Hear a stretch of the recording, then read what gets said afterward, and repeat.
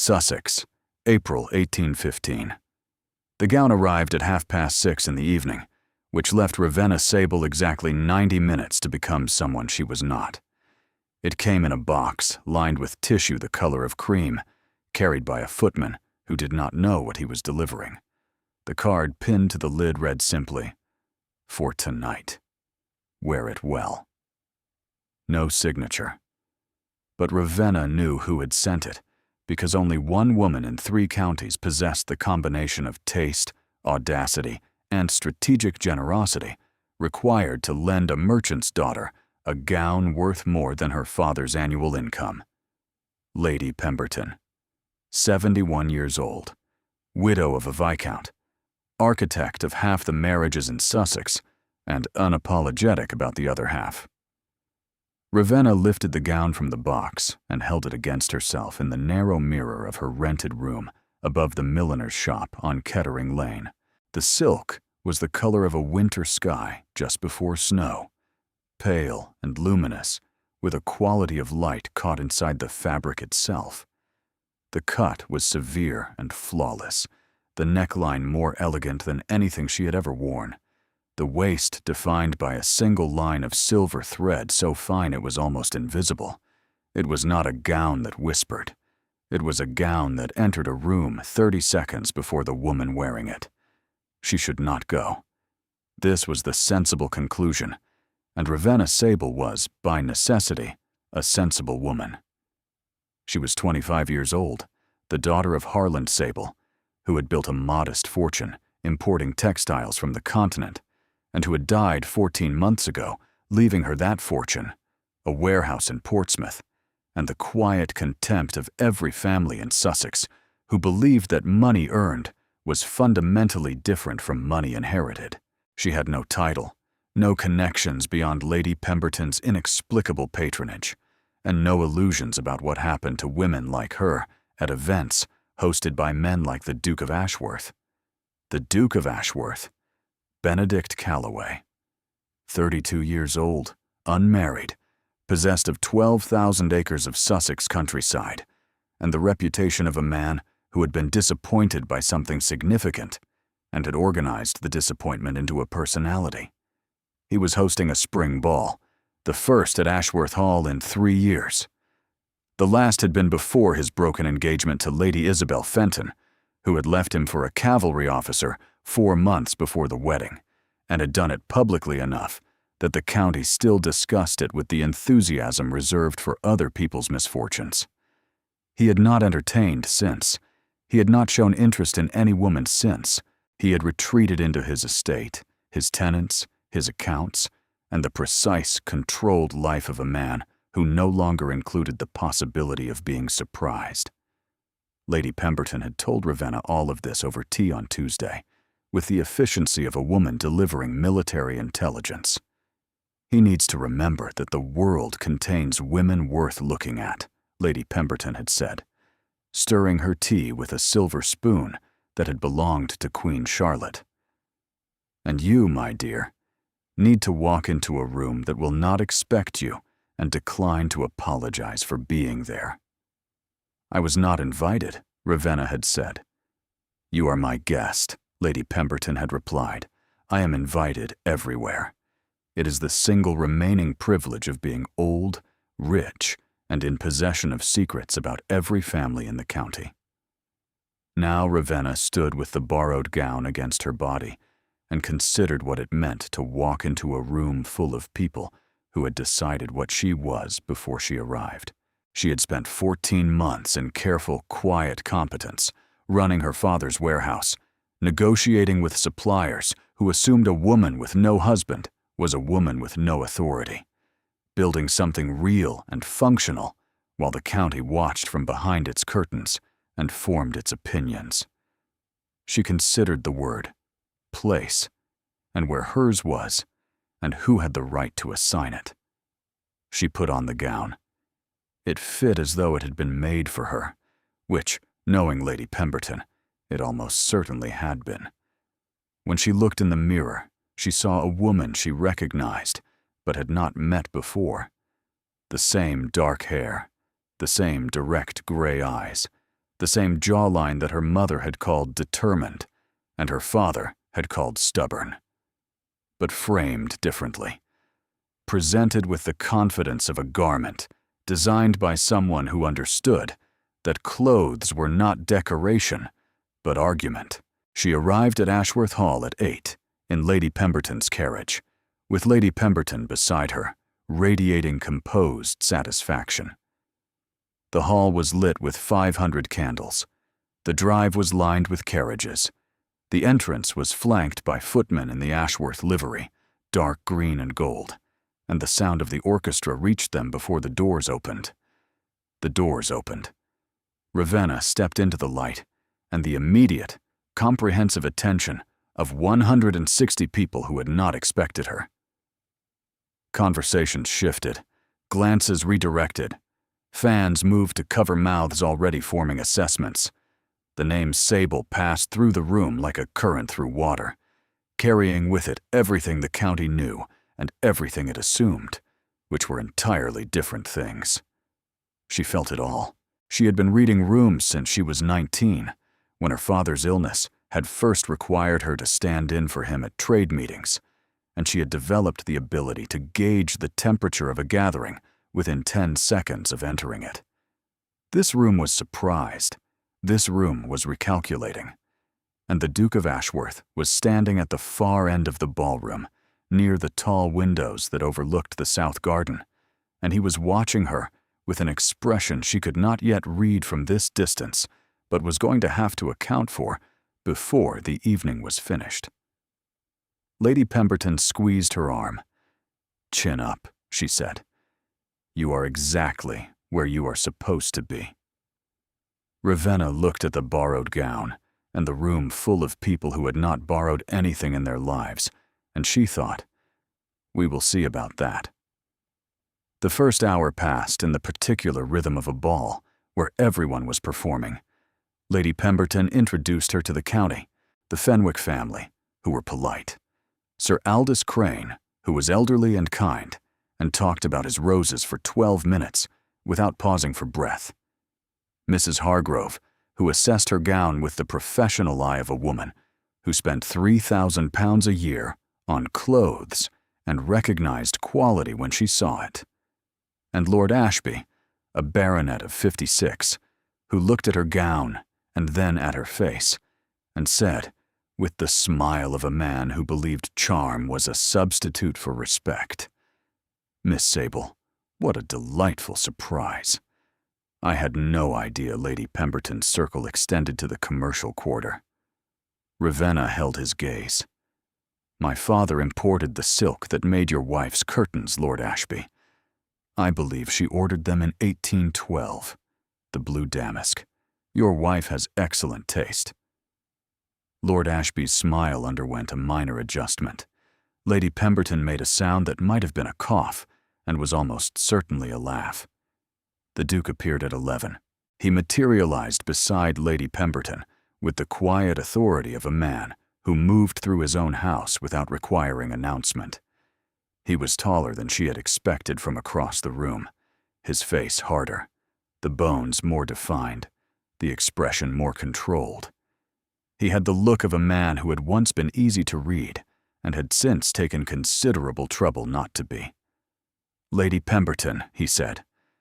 "Benedict," Lady Pemberton replied, with the familiarity of a woman who had known him since before he could walk. "You are neglecting your guests. You have been standing by the windows for an hour looking severe."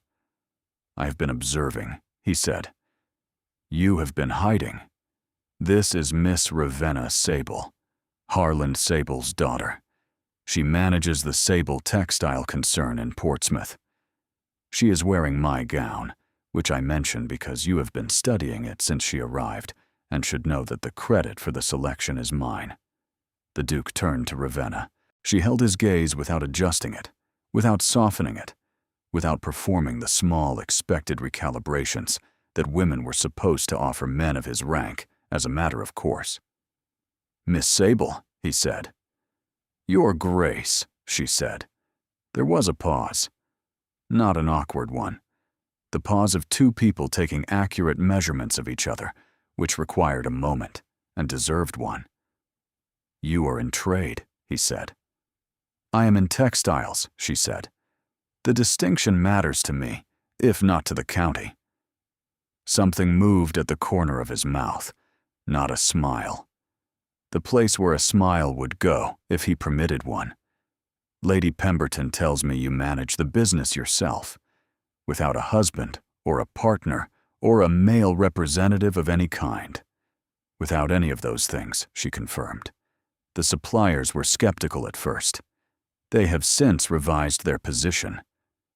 "The county considers your father's operation modest," he said. "My father's business was sound," she said. "It is no longer modest. I have expanded the operation considerably since his death.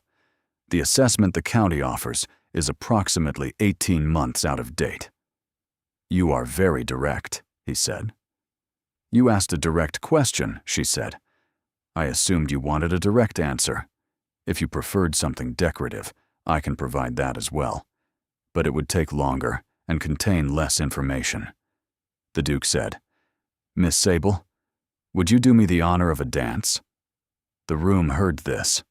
160 people registered that the Duke of Ashworth, who had not danced with anyone at a public occasion in 3 years, had just asked the daughter of a textile merchant to dance, in a borrowed gown. "I would," she said. He offered his arm. She took it. They walked onto the floor, and every man in the room watched her cross it, and several of them, for a moment that their wives would later note and discuss at length, forgot entirely what they had been saying. The morning after the ball, the county talked.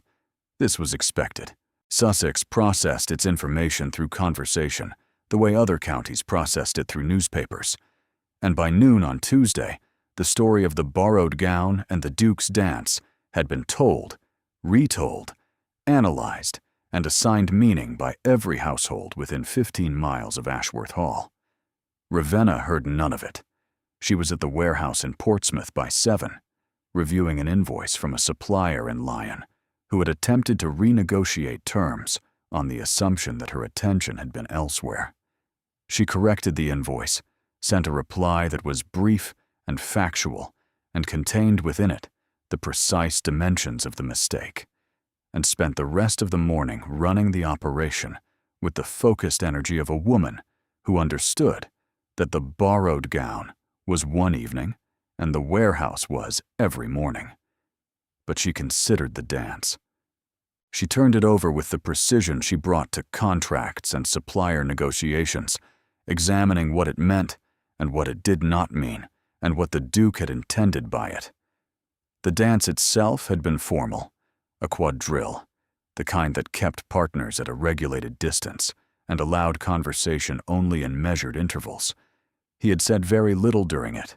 She had said less. But the quality of the silence between them had been particular, the silence of two people who were both thinking and were both aware that the other was thinking and had decided, without discussing it, to let the thinking happen before the talking resumed. Lady Pemberton called on Wednesday. She arrived at the rented room above the milliner's shop with the energy of a woman who had been restraining herself for 36 hours and had reached her limit. "Well," she said, settling into the only good chair with the authority of 71 years of practice. "Well," Ravenna said, "he danced with you. Oh, he has not danced with anyone in 3 years."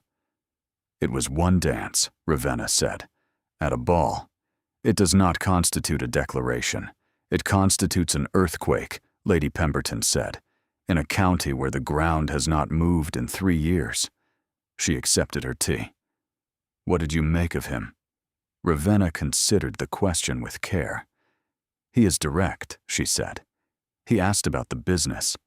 He did not pretend the question was about something else, and he did not apologize for asking it." "And?" "And he has been hurt," she said. "Not recently. But the architecture of it is still visible. He has organized himself around the absence of something, and he is very good at the organization, and I do not think he knows that the organization itself is the tell." Lady Pemberton set down her cup. She studied Ravenna with an expression that had moved beyond strategic satisfaction into something closer to recognition. "You saw all of that in one dance," she said. "I saw all of that in the first 10 minutes, Ravenna said. The dance confirmed it. Lady Pemberton was quiet for a moment. Then she said, "He will call on you." Ravenna looked at her. "He will not call on a woman in a rented room above a milliner's shop. He is a duke. He will call," Lady Pemberton said, "because you are the first person in 3 years who has looked at him without performing. And he noticed, and he is not a man who fails to act on what he notices." She paused. "The question is what you will do when he does." Ravenna turned the dance over in her mind. She turned the silence in it. She turned to the image of a man who had retreated from the world and had come back into it for one evening and had chosen her, out of 160 people, to be direct with. "I will be at the warehouse," she said. "If he wants to find me, he can find me where I work." Lady Pemberton smiled, not the social smile, the one that meant the game had become genuinely interesting. He found her at the warehouse. It was a Thursday, 9 days after the ball, and Ravenna was in the back office with a shipping manifest spread across the desk and ink on her right hand, and the kind of focused concentration that made her deaf to everything except the numbers. She did not hear the carriage. She did not hear the footsteps. She heard her foreman, Gareth, clear his throat in the doorway with the particular emphasis of a man who had something to say and was not sure how to say it. "There is a gentleman here, Miss Sable," Gareth said. He paused. "A specific gentleman." Ravenna looked up. Gareth's expression told her everything the pause had not. She set down her pen. She did not check her hair. She did not adjust her dress, which was her working dress. Dark wool, practical, stained at the cuff from ink, the kind of dress that said, "Function without apology." She stood and walked into the warehouse floor, and the Duke of Ashworth was standing between 2 bolts of lion silk, studying her operation with thorough, unhurried attention. He was dressed for riding, not for a social call. His coat was practical. His boots had been used for actual riding. He had come directly, without the performance of preparation, which told her something about what this visit meant to him. "Your Grace," she said. "Miss Sable," he said. He looked at the warehouse around him, the stacked bolts of fabric, the inventory ledgers, the 2 clerks who had stopped working and were staring at him with the paralyzed attention of men who had never seen a duke in a textile warehouse. "I apologize for arriving without notice." "You are welcome here," she said. "Though I should tell you that the last person of rank who visited this warehouse was a customs inspector, and he was considerably less well-dressed." He walked through the warehouse with her. She showed him the operation because he asked, and because his questions were specific and informed, and revealed a man who understood supply and logistics the way a landowner who ran 12,000 acres would understand them. He asked about the lion supplier. He asked about the shipping routes. He asked about the margins, which was a question no one of his rank had ever asked her, and which she answered honestly, because she had decided in the ballroom that honesty was the only register available to her with this man. They stood in the back office for 20 minutes. She showed him the ledgers. He read them with the quick, intent focus of a person who processed numbers as naturally as words. He asked one question about the depreciation on the warehouse lease that revealed he had done the calculation in his head before she finished the sentence. "You are profitable," he said. "Not modest. Your description at the ball was accurate. I do not offer inaccurate descriptions," she said. He considered her across the desk with the ink stain on the wood and the shipping manifest between them and the smell of raw silk and packing straw in the air, and said, "I came because I have been considering what you said at the ball." "Which part?" "The part about the county's assessment being 18 months out of date," he said. "I realized that my own assessment was similarly outdated. I came to correct it." She held his gaze. "And have you?" I have revised it considerably, he said. The revision is ongoing. She weighed this.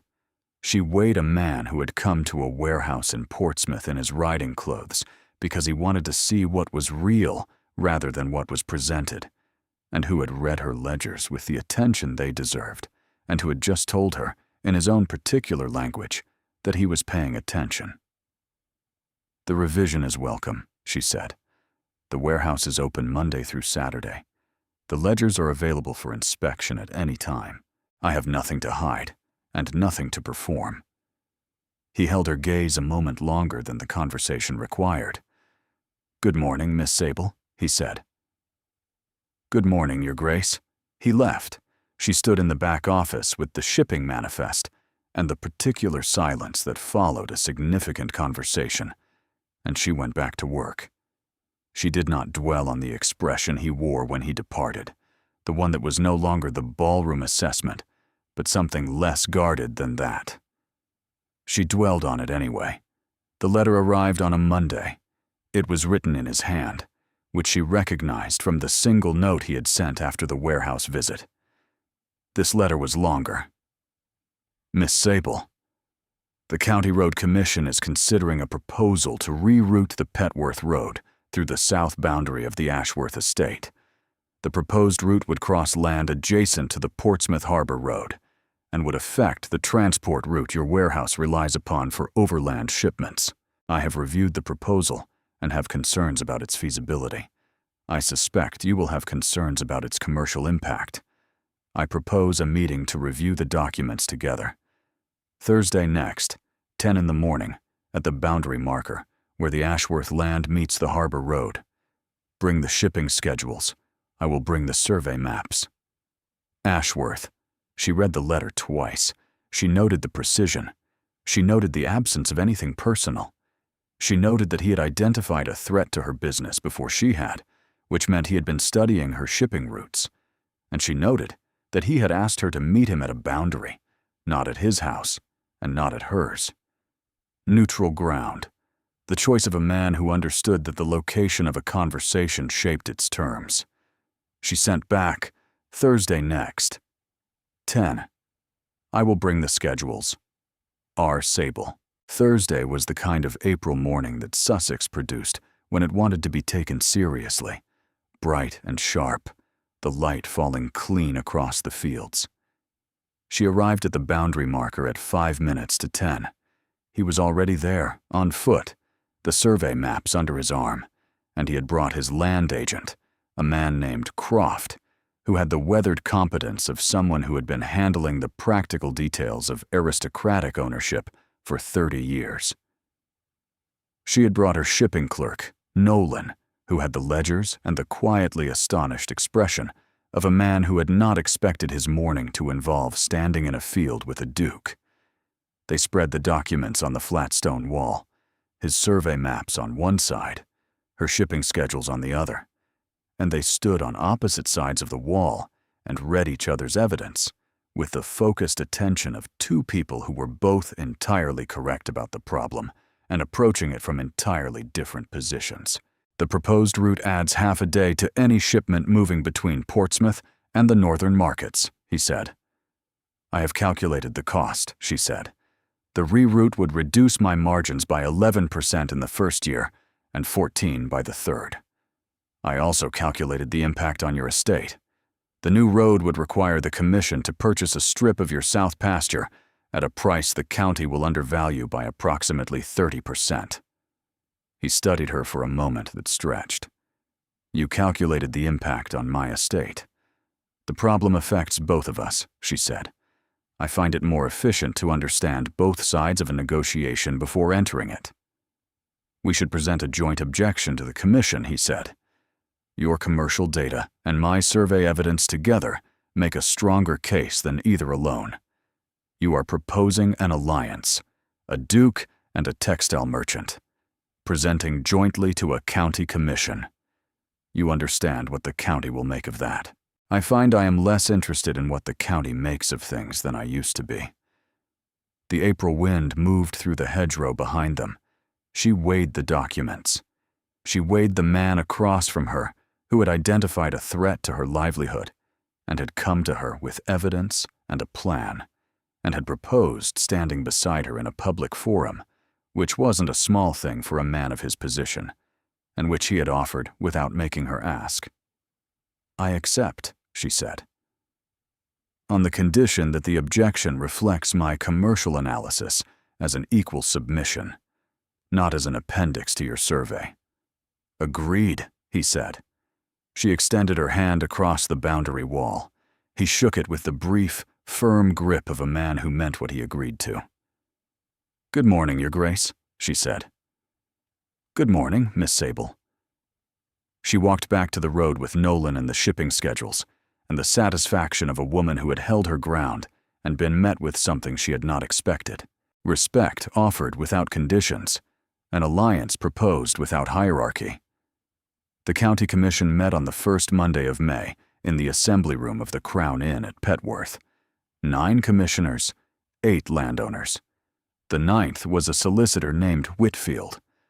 Lord Ashby was among the 8, which Ravenna noted with the automatic attention she brought to rooms, and which explained a great deal about the proposed reroute, because the new road would increase the value of a parcel of land Ashby owned on the northern edge of the route by a considerable margin. She had discovered this on Friday. She had not yet told the Duke because she wanted to confirm the details before presenting them. Presenting unconfirmed intelligence was a habit she had eliminated from her practice at the age of 21, when an unverified rumor about a supplier had cost her father £200 and a valuable relationship. The Duke arrived at 5 minutes to 10. He was dressed formally, the Ashworth title operating at its full weight. He sat beside Ravenna without comment, which was itself a comment, because a duke choosing to sit beside a merchant's daughter at a county commission was a statement that required no additional language. When objections were invited, the Duke stood and presented the survey evidence with economy and precision. The proposed route would cross productive agricultural land. The compensation was below market value. The engineering assessment had not accounted for the drainage patterns in the South Field. He sat down. Ravenna stood. The room adjusted. 9 men and a duke watched a woman in a dark wool working dress stand before a county commission and present a commercial analysis that none of them had expected, and most of them were not prepared for. She presented the shipping data. She presented the cost projections, 11% in year 1, 14% by year 3. Specific, documented, sourced from her own ledgers. She presented the impact on employment, 3 warehouse positions, and 2 transport contracts that would become unviable. She presented all of it with the steady directness that was her natural way, without apology, without performance, without the small adjustments of tone that women were expected to offer in rooms full of men as a concession to the atmosphere. Lord Ashby interrupted her. "Miss Sable," he said, with the smile she recognized from the ballroom, the one that believed charm was interchangeable with authority. "These are commercial concerns. The Commission's mandate is the public interest, not the private profit of individual merchants." He paused. However capable those merchants might be. The word capable did the work he had designed it to do. In his mouth, with his pause and his audience, it meant, "You are out of your depth, and everyone here knows it." She was formulating a precise, factual dismantling of his position when the Duke spoke. The commercial impact on the Portsmouth shipping route, the Duke said in a voice she had not heard before, the one beneath all the others, the one that carried 200 years of Sussex and knew exactly what weight it held, affects the supply of textiles to every market north of London. Miss Sable's analysis demonstrates that the proposed route would damage not a private interest, but a regional commerce network that employs considerably more people than Lord Ashby's parcel of undeveloped land on the northern boundary. The Commission may wish to consider whether the public interest is best served by a route that benefits one landowner at the cost of an established commercial operation. I believe Miss Sable's data speaks to that question with some clarity. The room was quiet. Lord Ashby's smile collapsed. The proposal was tabled for further review, which was the polite language of a commission that had been shown it was wrong and needed time to find a way to admit it. Ravenna stood beside the Duke in the aftermath and weighed what had just happened.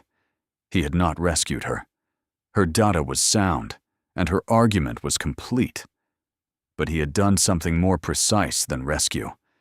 He had connected her analysis to his own authority, not above hers, but alongside it, in a way that made it impossible for Ashby to dismiss either of them without dismissing both. Outside the commission, in the May morning, she said, "Thank you." The commercial data was conclusive, he said. The outcome would have been the same without my contribution. Perhaps, she said, but the room would have taken longer to reach it, and Ashby would have had time to make it personal before the evidence prevailed. You removed that possibility. Ashby's interest in the northern parcel, he said. You knew about it. I confirmed it on Friday. I was going to present it if the commission had not tabled the proposal. You came prepared to fight the entire commission alone.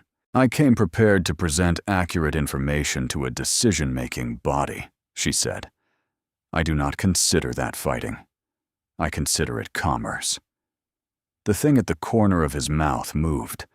It was closer to a smile than anything she had seen from him. The county dinners began to include her. This was Lady Pemberton's doing, executed with the patient strategy of a woman who understood that social change in Sussex operated on the same principles as soil erosion, slowly, invisibly, and irreversibly, if given enough time. The first invitation came from the Fenwick family. Ravenna attended in a gown she owned, dark gray silk purchased in London, and sat at Mrs. Fenwick's table and talked about the shipping industry with Sir Aldous Crane for 30 minutes, because Sir Aldous had discovered that his interest in roses extended to imported fertilizers her warehouse occasionally handled, and he wanted to know everything. She was aware during the conversation with Sir Aldous that the Duke was at the same dinner. He was at the far end of the table, attending to his portion of the evening with practiced precision. But she had developed over the weeks since the ball a working understanding of where his attention was directed, and it was, with a frequency she noted and did not discuss, directed at her. The second dinner was at the Hargrove house, where she was seated 3 places from the Duke and talked to Croft, his land agent, about drainage improvements she had observed on the Ashworth South Field. She told Croft they were well designed because she believed in acknowledging good work regardless of whose estate it was on. The Duke listened to this conversation. She knew because she had learned to identify the difference between his social attention and his actual attention, and the conversation with Croft had received the actual variety. The third dinner was at Ashworth Hall itself. 20 guests, the full Sussex establishment. Ravenna seated at the Duke's right, which was where the most important guest belonged, and which Lady Pemberton, 4 places down, observed with quiet triumph. At the end of the Ashworth dinner, in the entrance hall, Lady Pemberton appeared at her elbow. He is different when you are in the room, Lady Pemberton said. He is the same, Ravenna said. He is simply doing less of the performance. Lady Pemberton studied her nephew across the hall, who was seeing the last guests to their carriages with the formal warmth of a host, concluding a successful evening. He has not been this way since before Isabel, she said. Since before he decided that being careful was the same as being safe. She turned to Ravenna. Those are not the same thing. I'm aware of the distinction, Ravenna said. Are you? Because he is beginning to be. And the question is whether you will let him act on it, or whether you will both continue discussing shipping routes and drainage improvements as a substitute for the conversation you are actually having. Lady Pemberton, Ravenna said with the steady directness that was her natural way. I am a merchant's daughter in a borrowed social position. He is a duke who was publicly humiliated by the last woman he trusted. The distance between us is not a failure of communication. It is an accurate assessment of the situation. My dear, Lady Pemberton said, I have spent 71 years watching people make accurate assessments of impossible situations, and then doing the impossible thing anyway. The assessments are never wrong. They are merely incomplete. She patted Ravenna's arm. Good evening, Miss Sable. The gown is yours, by the way. I had it made for you. I was never going to ask for it back. She left. Ravenna stood in the entrance hall and considered a borrowed gown that had never been borrowed, and assessments, and their incompleteness, and a man across the hall who was watching her with an expression that had nothing of the ballroom in it anymore, the one that had been building since the warehouse and the boundary wall and the commission.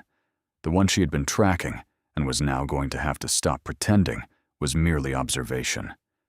The commission formally rejected the road proposal on the 14th of May, the tabled review having concluded in their favor, which was the outcome they had both expected, and which arrived with the quiet satisfaction of a problem solved by evidence rather than argument.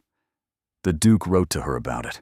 His letter contained a paragraph about the Southfield drainage at Ashworth that he wanted her opinion on, because the engineering question resembled one her warehouse had solved with the Portsmouth loading dock the previous autumn, and he had remembered her describing it, which meant he had been listening to a conversation she had assumed was incidental and had stored it as relevant. She wrote back. Her letter began with drainage and ended with a question about the lion silk tariff that his knowledge of county trade policy might illuminate. His reply came the following morning, which was faster than she had expected, and which was written in his own hand rather than a secretary's. They exchanged 4 letters in May, then 6 in June. The letters grew longer. They grew less formal. The salutation moved from Miss Sable to Ravenna on the 12th of June in a letter about the summer shipping schedule that had, in its 3rd paragraph, moved from commerce to a description of the light on the Ashworth Southfield at 6 in the morning that was not about agriculture and was not pretending to be. She read that paragraph 3 times. She wrote back describing the light on Portsmouth Harbor at dawn, the way the water held the sky in it before the ships moved, and she did not pretend it was about shipping. He came to the warehouse on a Tuesday in late June without announcement. He arrived in his riding clothes, as he had the first time, and found her in the back office with the summer inventory. She did not check her hair. He did not apologize for arriving without notice. They had both stopped performing these particular courtesies sometime in May, without either of them marking the moment it happened. He sat in the chair across her desk. She poured tea from the pot she kept on the shelf. He drank it without comment, the first time he had accepted anything at the warehouse, and they talked about the inventory, and then about the summer social calendar, and then about a book on maritime trade she had on the shelf that he had also read, and had opinions about that she disagreed with, specifically and articulately, for 20 minutes. It was the first time they had argued, not about land or commerce or commissions, but about ideas, about the interpretation of a passage neither was willing to concede, and the argument had the quality of a conversation between 2 people who respected each other enough to disagree without softening it, and who found the experience of being matched more engaging than the experience of being agreed with. He stayed for an hour. When he left, he paused at the warehouse door and looked back at her across the floor with an expression that had completed its journey from the ballroom assessment to something she could no longer observe from a distance, because it was no longer something she was outside of. It was something she was participating in. "Good afternoon, Ravenna," he said. "Good afternoon, Benedict," she said. It was the first time she had used his name. It entered the warehouse and settled between them with the weight of something that could not be taken back, and neither of them attempted to take it back. And he left, and she stood in the back office with the tea and the book and the inventory, and did not go back to work for 7 minutes. He came to the warehouse on a Friday morning in early July, and something had shifted. She saw it immediately. The way she saw everything about him now, with the fluency of someone who had been reading the same text for 3 months and no longer needed to sound out the words. The guarded quality was back, the one he wore when he was controlling a situation rather than inhabiting it, and it told her that whatever he had come to say had cost him something to decide. She sent Nolan and Gareth to the loading dock. She closed the office door.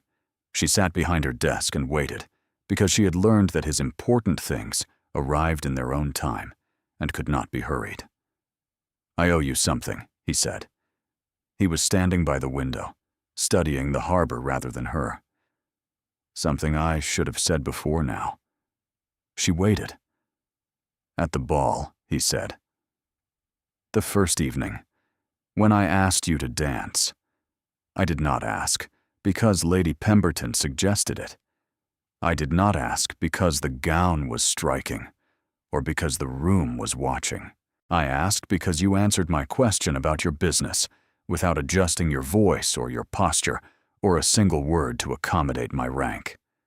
You spoke to me as though I were a person rather than a title, and I realized in that moment that I had not been spoken to that way in 3 years, and that I had missed it so profoundly that the recognition of it was." He stopped. "Was what?" she said. "Was the first time since Isabel that I felt something I had not planned to feel," he said, "and I handled it by treating you as a commercial interest. I came to the warehouse and asked about your margins. I proposed an alliance and framed it as strategy. I have spent 3 months converting everything I feel about you into the language of business, because business was the only register I trusted myself to operate in without." He stopped again. "Without what?" "Without being hurt again," he said. He turned from the window. He was looking at her with an expression that had nothing guarded in it, nothing controlled, nothing organized around the absence of something. Just presence, full and undefended and entirely vulnerable. "I was wrong," he said. "Not about what I said, but about what I withheld. I looked at you, and I saw someone extraordinary, and I immediately began constructing a system to contain it, because the last time I saw someone extraordinary, I was destroyed by the experience. And I decided that if I kept you inside the system, inside the letters and the commissions and the commercial language, then I could have you in my life without risking the part of my life that Isabel had ruined." He paused. "That was not honesty. That was control. And you deserve honesty." Ravenna considered him across the desk with the ink stain and the tea and the summer inventory, and 3 months of letters between them that had said everything except this. "I know," she said. He studied her. "I have known since the warehouse," she said. "The first visit. You came in your riding clothes and asked about my ledgers, and I understood exactly what you were doing. You were making me legible. You were converting me into data you could process without it threatening the system you had built to protect yourself." She met his gaze. I did not object, because I was doing the same thing. I tracked the increments of your attention. I turned you into an observation because observations are safe and feelings are not. And I have been alone for 14 months running a business that requires me to be competent every single day. And competence does not leave room for the kind of vulnerability you are describing." She paused. "So when you say you owe me something, I want you to know that the debt is mutual. I have been equally dishonest. I have been equally afraid." He was quiet for a long moment. The harbor sounds came through the window, the calls of the dock workers, the creak of rigging, the ordinary world continuing while something extraordinary happened in a back office above a textile warehouse. "Ravenna," he said. "Benedict," she said. He came around the desk. She stood, because this was not a conversation for sitting, and they were very close in the small office with the summer light through the window and 3 months of careful distance between them that had just been dismantled in 5 minutes. "I am not Isabel," she said. "I am not going to leave." "I know," he said. I have known it since the commission, since you came prepared to fight an entire room alone, and did not need me, but let me stand beside you anyway." She put her hand on his arm. It was flat and deliberate, the same way she signed contracts and shook hands and did every true thing she had ever decided. He covered her hand with his. They looked at each other without anything guarded or controlled or converted into safe language between them. He kissed her. It was not tentative. It had the honesty of a man who had spent 3 months revising his position and had arrived at a conclusion he was prepared to act on. She kissed him back with the same precision she brought to every decision that mattered, and the office was warm, and the harbor was outside, and the inventory was still on the desk, and none of it required further attention.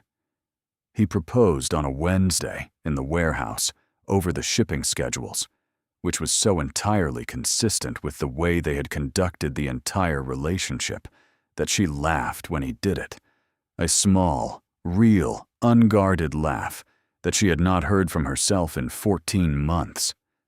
"I am not proposing over shipping schedules," he said. "I am proposing in the place where you are most yourself. The schedules are incidental." "They are not incidental," she said. "They are the August projections, and they are due to the Lion office by Friday. Will you marry me?" She considered the warehouse around her, the bolts of silk, the ledgers, the desk, the world she had built from her father's modest operation into something considerable and entirely her own. She considered the man who had entered that world and learned its language and stood beside her at a commission and written her letters about morning light and kissed her in this office with the honesty of someone who had decided that being vulnerable was worth more than being safe. "Yes," she said. He took her hand. He held it with the grip she knew, brief and firm, and meaning exactly what it agreed to. "Lady Pemberton has been informed," he said. "She claims to have known since the ball. I do not doubt her. Ravenna's father was dead. She could not tell him. This was the one sharp edge of the morning, the absence inside the happiness like a stone in a shoe, present and unignorable.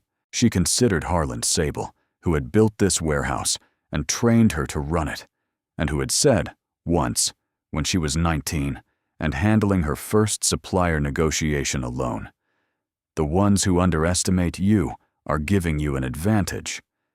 Never correct them until the contract is signed." She believed he would have liked Benedict.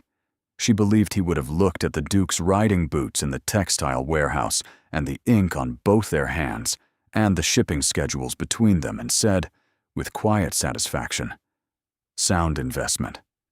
Lady Pemberton arrived at 3 in the afternoon, which meant she had been waiting for the news and had exercised restraint for approximately 4 hours, which was a personal record. "Well," she said. "Well," Ravenna said. "He's happy," Lady Pemberton said. "I have not seen him happy in 3 years.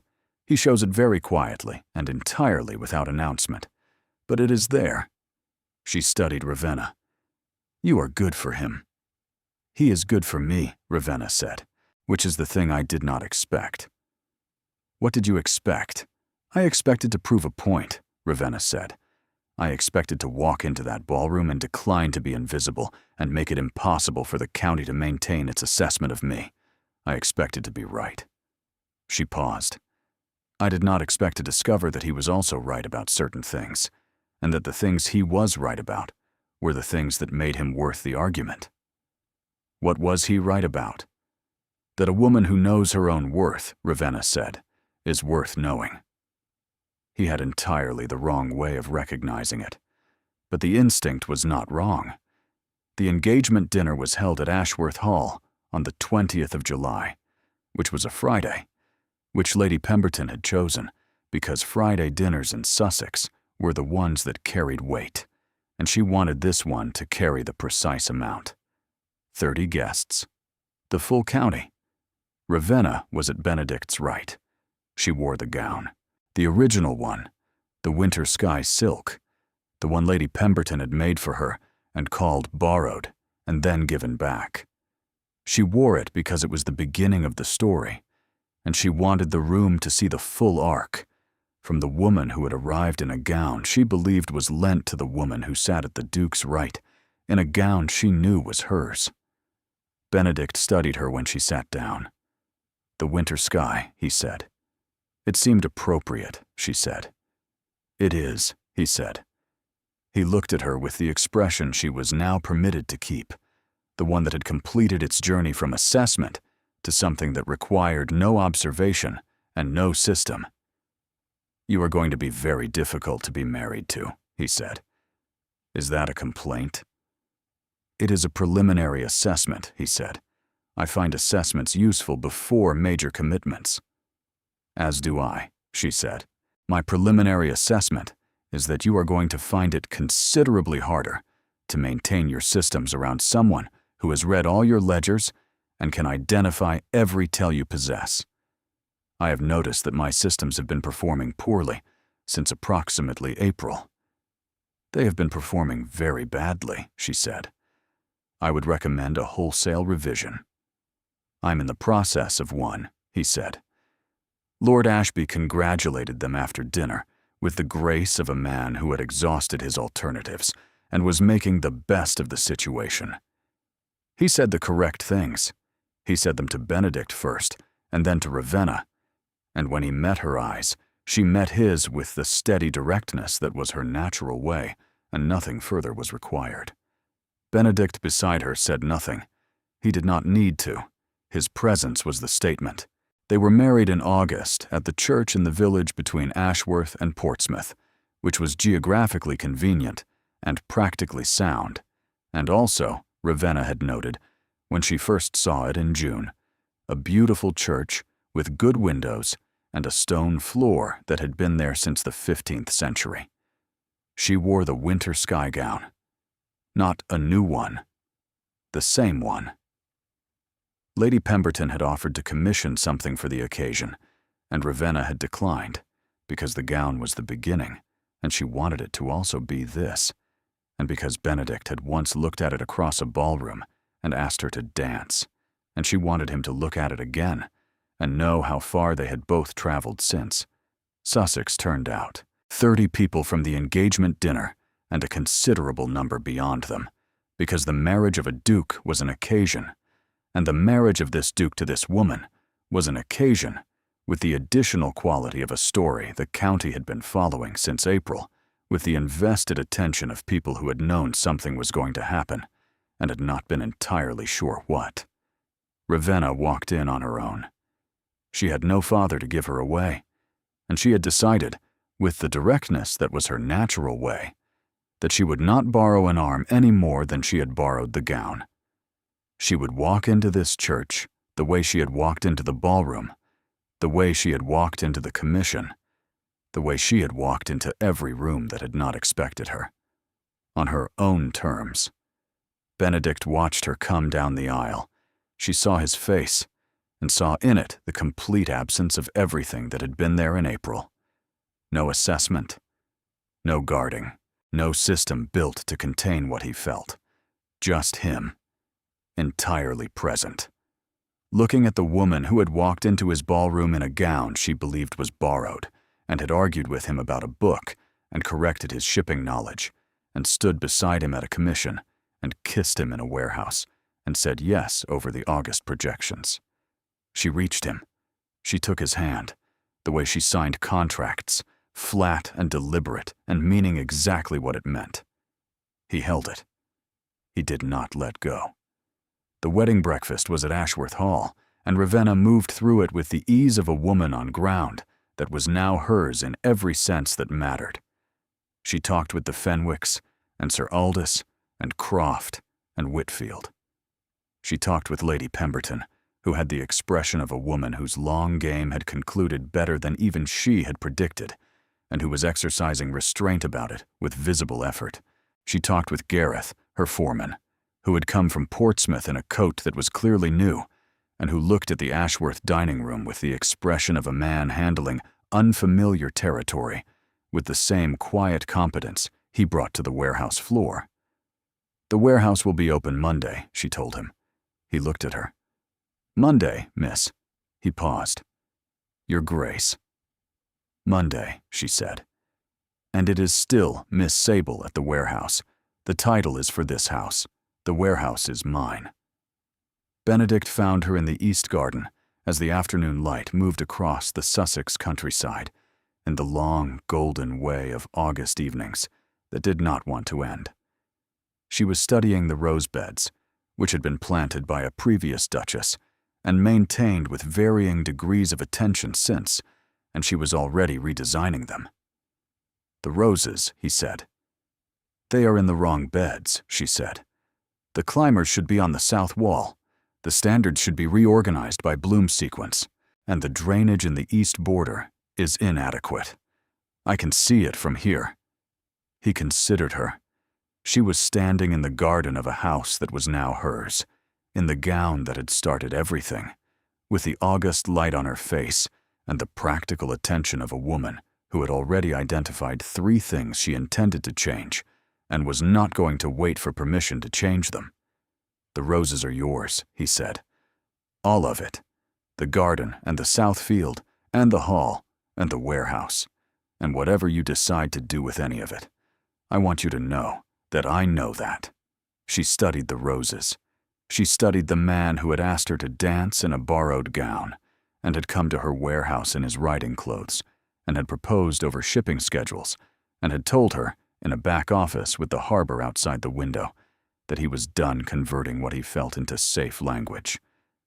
"Benedict," she said. "Yes. I walked into your ballroom in April in a gown I believed was borrowed," she said, "and every assumption I made that evening was wrong. I assumed the gown was temporary. I assumed the evening was singular. I assumed that a merchant's daughter and a duke occupied positions so distant that the space between them could only be crossed by performance." She held his gaze. "Every one of those assumptions was incorrect. The gown was mine. The evening was a beginning, and the distance between us was not a distance at all. It was a boundary that neither of us had tested, and when we tested it, it did not exist." He studied her with the expression that had nothing left to guard, nothing left to revise. The expression of a man who had spent 3 months converting the most important experience of his life into safe language, and had finally, irreversibly, stopped. She stepped toward him. He met her in the middle of the East Garden, between the rose beds that needed moving, and the long August light, and the Ashworth chimneys above them, and the road to Portsmouth, visible in the distance. The warehouse and the hall, and the 2 lives that had been separate, and were now, by evidence and argument, and the slow, honest work of 2 people who had earned each other, joined. She took his hand. She held it the way she held everything that mattered, firmly, deliberately, and without any intention of letting go. The August evening went on around them, warm and unhurried, and entirely indifferent to whether any of it had been practical. And the answer they had both concluded was that it had been. Just not in the way she had told herself in April. The best investments, her father had always said, were the ones you understood better after you had made them than before. She understood this one completely.